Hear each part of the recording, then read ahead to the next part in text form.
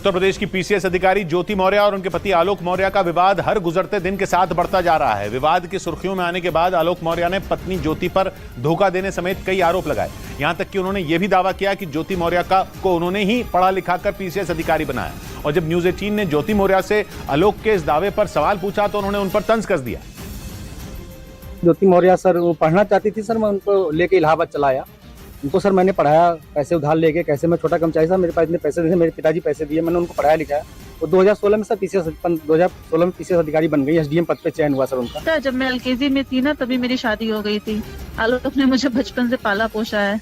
Obviously husband wife है तो एक दूसरे का सहयोग ही करेंगे भाई, पर सहयोग करने का मतलब ये नहीं है कि एक इंसान उस पद पे चला गया तो तुम उसे हमेशा टॉन्ट करोगे, प्रताड़ित करोगे, मेंटल टॉर्चर करोगे।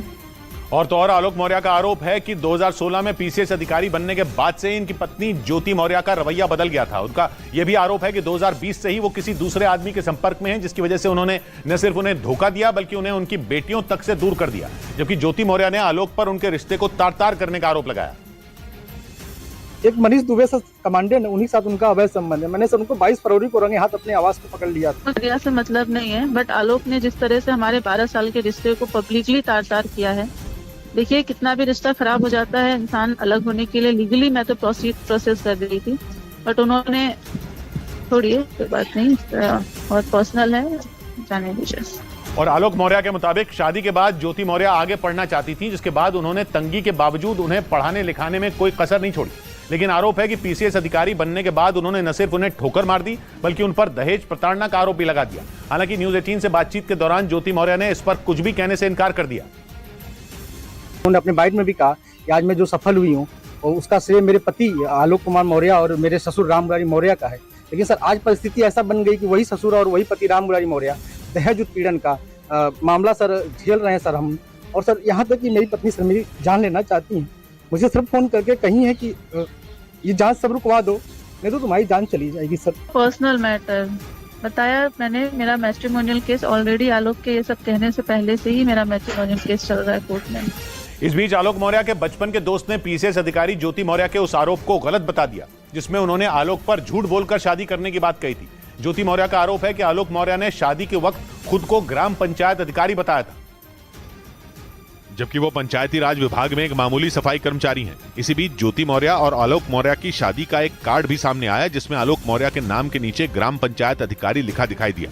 लेकिन इस मामले में नया मोड़ तब आ गया जब आलोक मौर्य के बचपन के दोस्त रामकृष्ण चौरसिया ने ज्योति मौर्य के इन आरोपों को गलत बता दिया। शादी कार्ड हम ही लोगों ने छपवाया था, उस पर कहीं जिक्र नहीं था। इसी तरह गाँव के कुछ लोगों ने भी ज्योति मौर्य के लगाए आरोपों को सिरे से खारिज कर दिया।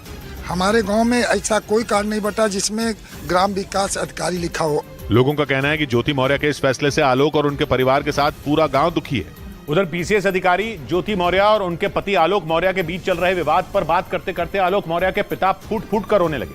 पिछले 2 हफ्तों से ज्योति मौर्य और उनके पति के बीच चल रहा घमासान सुर्खियों में है, क्योंकि आलोक मौर्य का आरोप है कि पीसीएस अधिकारी बनते ही ज्योति मौर्य ने उनसे सारे रिश्ते तोड़ लिए।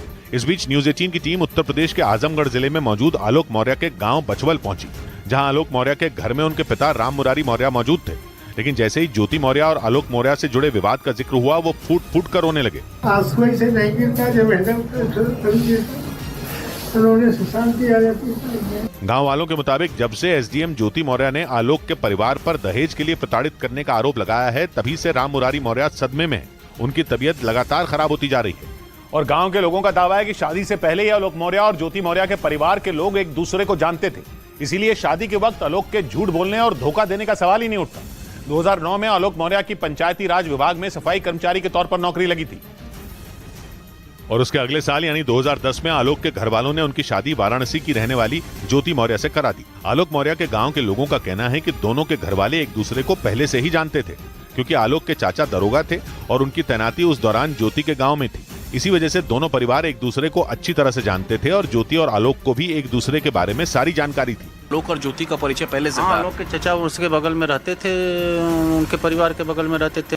गांव के लोगों का यह भी कहना है कि आलोक और ज्योति दूर के रिश्तेदार हैं। दोनों का परिवार गरीब था और सब कुछ जानने समझने के बाद ही दोनों परिवारों के बीच रिश्ता हुआ था।